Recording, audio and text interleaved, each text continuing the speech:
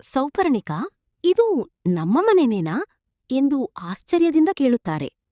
ಯಾಕ್ರಿ ನಿಮ್ಗಿಂತ ಅನುಮಾನ ಎನ್ನಲು. ಯಾಕಂದ್ರೆ ನಮ್ಮ ಮನೆ ಇಷ್ಟು ನೀಟಾಗಿ ಯಾವತ್ತೂ ಇದ್ದಿದ್ದನ್ನ ನಾನ್ ನೋಡ್ಲೇ ಇಲ್ಲ, ಅದಕ್ಕೆ ಕೇಳಿದೆ.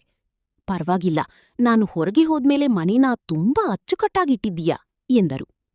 ಅಷ್ಟರಲ್ಲಿ ಅಲ್ಲಿಗೆ ಬಂದ ಅವರ ಮಗ ಹೇಮಂತ್, ಡ್ಯಾಡಿ, ಮನೇನ ಇಷ್ಟು ಚೆನ್ನಾಗಿ ಕ್ಲೀನ್ ಮಾಡಿದ್ದು ಮಮ್ಮಿ ಅಲ್ಲ, ಅಜ್ಜಿ ಮನೆಯಿಂದ ಯಾರೋ ಅಕ್ಕನನ್ನ ಕರ್ಕೊಂಡ್ ಬಂದಿದ್ದಾರೆ. ಆ ಅಕ್ಕನೇ ಇಷ್ಟೊಂದು ಚೆನ್ನಾಗಿ ಕ್ಲೀನ್ ಮಾಡಿದ್ದು. ನನ್ನ ರೂಮ್ ಕೂಡ ಎಷ್ಟು ನೀಟಾಗಿ ಇಟ್ಟಿದ್ದಾರೆ ಗೊತ್ತಾ ಎನ್ನುತ್ತಾನೆ. ಅದೇ ಅನ್ಕುಂಡೆ, ಇಷ್ಟು ಒಳ್ಳೆಯ ಬುದ್ಧಿ ನಿನ್ನಮ್ಮನಿಗೆ ಎಲ್ಲಿಂದ ಬರ್ಬೇಕು ಅಂತ.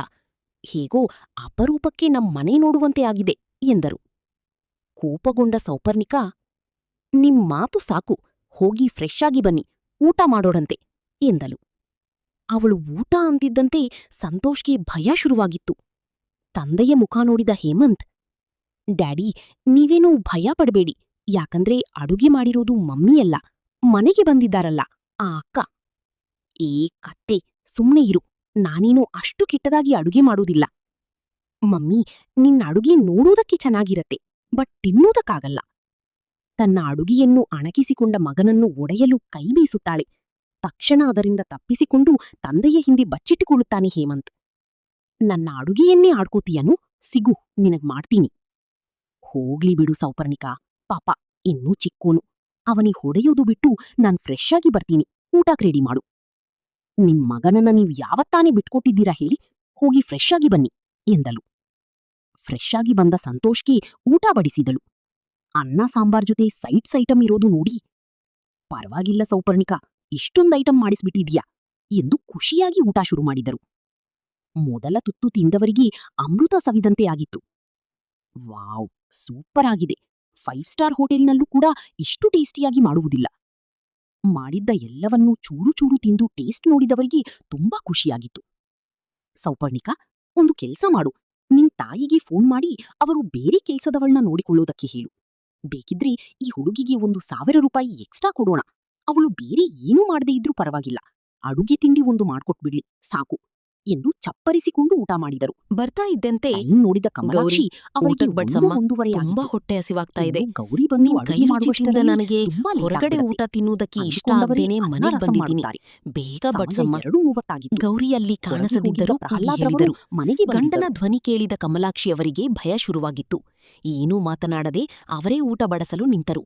ಡೈನಿಂಗ್ ಟೇಬಲ್ ಬಳಿ ನಿಂತಿದ್ದ ಹೆಂಡತಿಯನ್ನು ಕಂಡು, ಕಮಲಾ, ನೀನೇ ಊಟ ಬಡಸ್ತಾ ಇದ್ದೀಯಾ?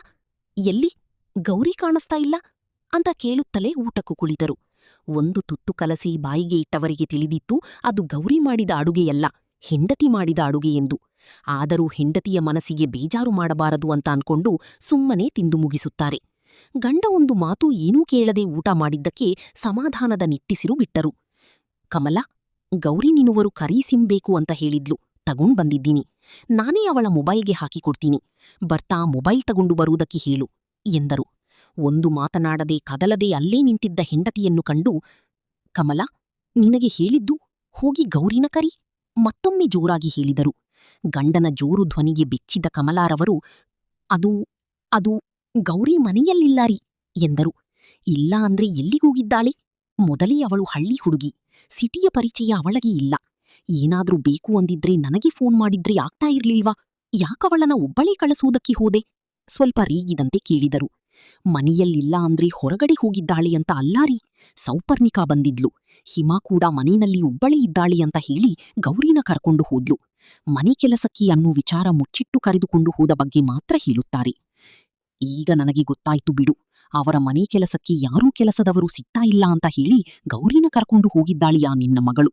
ಅದು ಸರಿ, ಎಷ್ಟು ಗಂಟೆಗೆ ಹೋದರು ಎನ್ನಲು, ಬೆಳಗ್ಗೆ 9 ಗಂಟೆಯಾಗಿತ್ತು ರೀ, ನಡಗುವ ಸ್ವರದಲ್ಲಿ ಹೇಳಿದರು. ಅಷ್ಟು ಬೇಗ ಹೋಗಿದ್ದಾಳೆ ಅಂದ್ರೆ ತಿಂಡಿ ತಿನ್ಕೊಂಡು ಹೋದ್ಲಾ?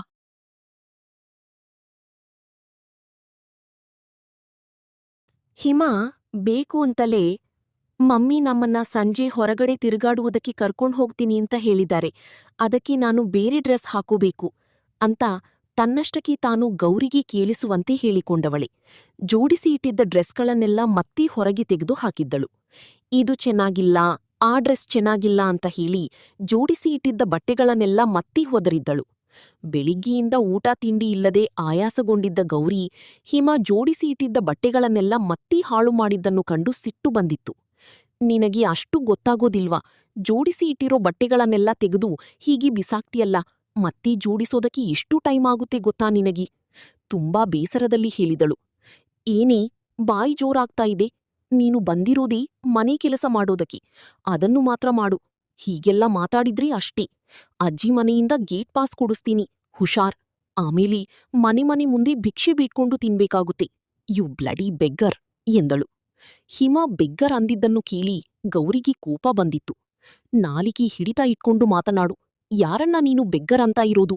ಜೋರಾಗಿ ಕೇಳಿದಳು. ನಿನ್ನನ್ನೇ ಕಣಿ ಬೆಗ್ಗರ್ ಅಂತ ಇರೋದು. ಮನೆಗೆ ಹೋಗಿ ಭಿಕ್ಷೆ ಬೀಡು ಬದಲು ನನ್ನ ಅಜ್ಜಿ ಮನೆಯಲ್ಲಿ ಭಿಕ್ಷೆ ಬಿಡ್ತಾ ಇದ್ದೀಯಾ ಅಷ್ಟೇ. ಈಗ ಅದೇ ಕೆಲಸ ನಮ್ಮ ಮನೆಯಲ್ಲಿ ಕೂಡ ಮಾಡ್ತಾ ಇದ್ದೀಯಾ, ಸೊಕ್ಕಿನಿಂದ ಹೇಳಿದಳು. ಅವಳು ನೋಡು, ಬೆಗ್ಗರ್ ಇನ್ನೊಂದು ಅಂದಿದ್ದನ್ನು ಸಾರಿ ಆ ಥರ ಎಲ್ಲ ಕೇಳಲಾರದೆ ಕರಿಬೇಡ ಕೋಪದಿಂದ ಎಂದಳು. ಕೈಯೆತ್ತುತ್ತಾಳೆ. ಕರೀತೀನಿ ಕಣಿ. ಅದನ್ನು ಏನೇ ನೋಡಿದ ಮಾಡ್ತೀಯ ಹಿಮ, ನೀನು? ಬೆಗ್ಗರ್ ನನ್ನ ಮೇಲೆ ಬೆಗ್ಗರ್, ಕೈ ಮಾಡೋದಕ್ಕೆ ಬೆಗ್ಗರ್ ಎಷ್ಟು ಧೈರ್ಯ ಜೋರಾಗಿ ನಿನಗೆ? ಕೂಗಿದಳು. ಇರು, ನಿನಗ್ ಅವಳು ಮಾಡ್ತೀನಿ ಬೆಗ್ಗರ್ ಅಂದಿದ್ದನ್ನು ಅಂತ ಹೇಳಿದವಳೆ ಹೇಳಿದವಳೆ ಕೋಪದಿಂದ ಕೆಳಗೆ ಓಡಿ ಕೈಯೆತ್ತುತ್ತಾಳೆ. ಅದನ್ನು ನೋಡಿದ ಮಗಳು ಹಿಮ ಕೆನ್ನೆ ಹಿಡಿದುಕೊಂಡು ನನ್ನ ಮೇಲೆ ಕೈ ಮಾಡೋದಕ್ಕೆ ಎಷ್ಟು ಸೌಪರ್ಣಿಕ ಧೈರ್ಯ ನಿನಗೆ? ಸಂತೋಷಕ್ಕೆ ಇರು, ಗಾಬರಿಯಾಯಿತು. ನಿನಗ್ ಮಾಡ್ತೀನಿ. ತಕ್ಷಣ ಅಂತ ಮಗಳ ಹತ್ತಿರ ಹೇಳಿದವಳೆ ಬಂದ ಸೌಪರ್ಣಿಕ ಅಳುತ್ತಾ ಕೆಳಗೆ ಓಡಿ ಬರುತ್ತಾಳೆ. ಏನಾಯ್ತು ಬಂಗಾರ? ಮಗಳು ಯಾಕೆ ಕೆನ್ನೆ ಹೀಗೆ ಹಿಡಿದುಕೊಂಡು ಕೆನ್ನೆ ಅಳುತ್ತಾ ಹಿಡ್ಕೊಂಡು ಬರುತ್ತಿರುವುದನ್ನು ಬರ್ತಾ ನೋಡಿದ ಎಂದಳು. ಸೌಪರ್ಣಿಕ ಸಂತೋಷಕ್ಕೆ ಮಮ್ಮಿ, ಗಾಬರಿಯಾಯಿತು. ನೀನು ಕರ್ಕೊಂಡ್ ಬಂದಿದ್ದೀಯಲ್ಲ ತಕ್ಷಣ ಮನೆ ಮಗಳ ಕೆಲಸದವಳು ಹತ್ತಿರ ಬಂದ ಸೌಪರ್ಣಿಕ ಬಟ್ಟೆ ನೀಟಾಗಿ ಜೋಡಿಸು ಅಂತ ಹಿಮ, ಅಂದಿದ್ದಕ್ಕೆ ಏನಾಯ್ತು ಬಂಗಾರ? ನಾನೇನು ನಿಮ್ಮ ಯಾಕೆ ಮನೆ ಹೀಗೆ ಕೆಲಸ ಕೆನ್ನೆ ಮಾಡೋದಕ್ಕೆ ಹಿಡ್ಕೊಂಡು ಬಂದಿರೋ ಓಡಿ ಬರ್ತಾ ಆಳಲ್ಲ ಇದ್ದೀಯಾ? ಅಂತ ಹೇಳಿ ಎಂದಳು. ನನ್ನ ಕೆನ್ನೆಗೆ ಹೊಡೆದ್ಲು. ಮಮ್ಮಿ, ನೀನು ಕರ್ಕೊಂಡ್ ನಾಟಕದ ಬಂದಿದ್ದೀಯಲ್ಲ ಕಣ್ಣೀರು ಮನೆ ಹಾಕುತ್ತಾ ಕೆಲಸದವಳು ಹೇಳಿದಳು. ಬಟ್ಟೆ ನೀಟಾಗಿ ಅವಳ ಜೋಡಿಸು ಹಿಂದೆಯೇ ಅಂತ ಬಂದಿದ್ದ ಅಂದಿದ್ದಕ್ಕೆ ಗೌರಿ, ನಾನೇನು ನಿಮ್ಮ ಇಲ್ಲ ಮನೆ ಮೇಡಮ್, ಕೆಲಸ ನಾನು ಮಾಡೋದಕ್ಕೆ ನಿಮ್ಮ ಬಂದಿರೋ ಮಗಳಿಗೆ ಆಳಲ್ಲ ಹೊಡೆದಿಲ್ಲ. ಅಂತ ಹೇಳಿ ನಿಮ್ಮ ನನ್ನ ಮಗಳಿಗೆ ಕೆನ್ನೆಗೆ ಮಾತು ಹೊಡೆದ್ಲು. ಮಾತಿಗೂ ಮಮ್ಮಿ, ನನ್ನನ್ನ ಬೆಗ್ಗರ್ ಅಂತ ನಾಟಕದ ಇದ್ರು. ಕಣ್ಣೀರು ಹಾಕುತ್ತಾ ಅದಕ್ಕೆ ಹೇಳಿದಳು. ಕೋಪದಲ್ಲಿ ಕೈಯೆತ್ತಿದೆ ಅಷ್ಟೇ. ಅವಳ ಆದ್ರೆ ಹಿಂದೆಯೇ ಹೊಡೆದಿಲ್ಲ ಬಂದಿದ್ದ ಗೌರಿ ಅಳುತ್ತಲೇ ಇಲ್ಲ ಹೇಳಿದಳು. ಮೇಡಮ್, ನಾನು ನಿಮ್ಮ ಮಗಳಿಗೆ ಸಾಕು ಹೊಡೆದಿಲ್ಲ. ಮಾಡಿ ನಿನ್ನ ನಾಟಕದ ನಿಮ್ಮ ಮಗಳೇ ಕಣ್ಣೀರನ್ನು. ಮಾತು ಈ ಮಾತಿಗೂ ತರಹ ನನ್ನನ್ನ ಆಡಿ ಬೆಗ್ಗರ್ ಆಡಿನೇ ಬೆಗ್ಗರ್ ನನ್ನ ಅಂತ ಅಪ್ಪ ಇದ್ರು. ಅಮ್ಮನ್ನ ಬುಟ್ಟಿಗೆ ಅದಕ್ಕೆ ಹಾಕೊಂಡಿದ್ದೀಯಾ ಕೋಪದಲ್ಲಿ ಅನ್ಸುತ್ತೆ. ಕೈಯೆತ್ತಿದೆ ಅಷ್ಟೇ. ಅದಲ್ಲದೆ ಆದ್ರೆ ನನ್ನ ಹೊಡೆದಿಲ್ಲ. ಮಗಳು ಸುಳ್ಳೇನು ಹೇಳಿಲ್ಲ ಅಳುತ್ತಲೇ ತಾನೇ ಹೇಳಿದಳು. ಬೆಗ್ಗರ್ನ ಬೆಗ್ಗರ್ ಅನ್ನದೇ ಸಾಕು ಮಾಡಿ ನಿನ್ನ ಮಹಾರಾಣಿ ಅಂತ ನಾಟಕದ ಅನ್ನೋದಕ್ಕೆ ಕಣ್ಣೀರನ್ನು. ಆಗುತ್ತಾ? ಈ ತರಹ ಆಡಿ ಹಲ್ಕಡಿಯುತ್ತಾ ಆಡಿನೇ ಹೇಳಿದಳು. ನನ್ನ ಅಪ್ಪ ಅಮ್ಮನ್ನ ಬುಟ್ಟಿಗೆ ಹಾಕೊಂಡಿದ್ದೀಯಾ ಮೇಡಮ್, ಅನ್ಸುತ್ತೆ. ನೀವ್ ಆ ರೀತಿ ಅದಲ್ಲದೆ ಹೇಳ್ಬೇಡಿ. ನನ್ನ ಮಗಳು ನಾವು ಬಡವರು ಸುಳ್ಳೇನೂ ಹೇಳಿಲ್ಲ ಹೇಳಬಹುದು. ತಾನೆ. ಆದ್ರೆ ಯಾರ ಬೆಗ್ಗರ್ನ ಹತ್ತಿರ ಕೂಡ ಬೆಗ್ಗರ್ ಭಿಕ್ಷೆ ಅನ್ನದೇ ಬೇಡೋದಕ್ಕೆ ಮಹಾರಾಣಿ ಹೋಗೋದಿಲ್ಲ ಅಂತ ಅನ್ನೋದಕ್ಕೆ ದುಡಿದು ಆಗುತ್ತಾ? ತಿನ್ನೋ ಶಕ್ತಿ ನಮಗಿದೆ. ಹಲ್ಕಡಿಯುತ್ತಾ ಎಂದಳು. ಹೇಳಿದಳು. ನೋಡ್ರಾ Please ಮೇಡಮ್, madam, ನಿಮಗೆ ನೀವ್ ಆ ರೀತಿ ಹೀಗೆ ಎದುರು ಹೇಳ್ಬೇಡಿ. ಮಾತಾಡ್ತಾಳೆ ಅಂತ. ನಾವು ಬಡವರೇ ಇಂಥವಳನ್ನ ಇರಬಹುದು. ಇನ್ನೂ ಆದ್ರೆ ಮನೆಯಲ್ಲೇ ಯಾರ ಹತ್ತಿರ ಕೂಡ ಇಟ್ಕೊಂಡಿದ್ದೀರಲ್ಲ, ಭಿಕ್ಷೆ ಬೇಡೋದಕ್ಕೆ ಕತ್ತು ಹಿಡಿದು ಹೋಗೋದಿಲ್ಲ. ಆಚೆಗೆ ತಳ್ಳಿ ದುಡಿದು ತಿನ್ನೋ ಎಂದಳು ಶಕ್ತಿ ಹಿಮ. ನಮಗಿದೆ ಎಂದಳು. ಮಗಳು ಮತ್ತು ಹೆಂಡತಿಯ ಬುದ್ಧಿ ನೋಡ್ರಾ ಮಮ್ಮಿ, ತಿಳಿದಿದ್ದ ಸಂತೋಷ್ ನಿಮಗೆ ಹೇಗೆ ಎದುರು ಮಾತಾಡ್ತಾಳೆ ನೋಡಿ, ಅಂತ? ನೀವ್ ಈ ತರಹ ಇಂಥವಳನ್ನ ಮಾತಾಡ್ತಾ ಇನ್ನೂ ಇರೋದು ಮನೆಯಲ್ಲೇ ತಪ್ಪು. ಇಟ್ಕೊಂಡಿದ್ದೀರಲ್ಲ, ಬಡವರು ಅನ್ನೋ ಕತ್ತು ಮಾತ್ರಕ್ಕೆ ಹಿಡಿದು ಆಚೆಗೆ ಅವರಿಗೆ ತಳ್ಳಿ ಆತ್ಮಾಭಿಮಾನ ಎಂದಳು ಇಲ್ಲ ಹಿಮ. ಅಂತ ಅನ್ಕೊಂಡಿದ್ದೀರಾ?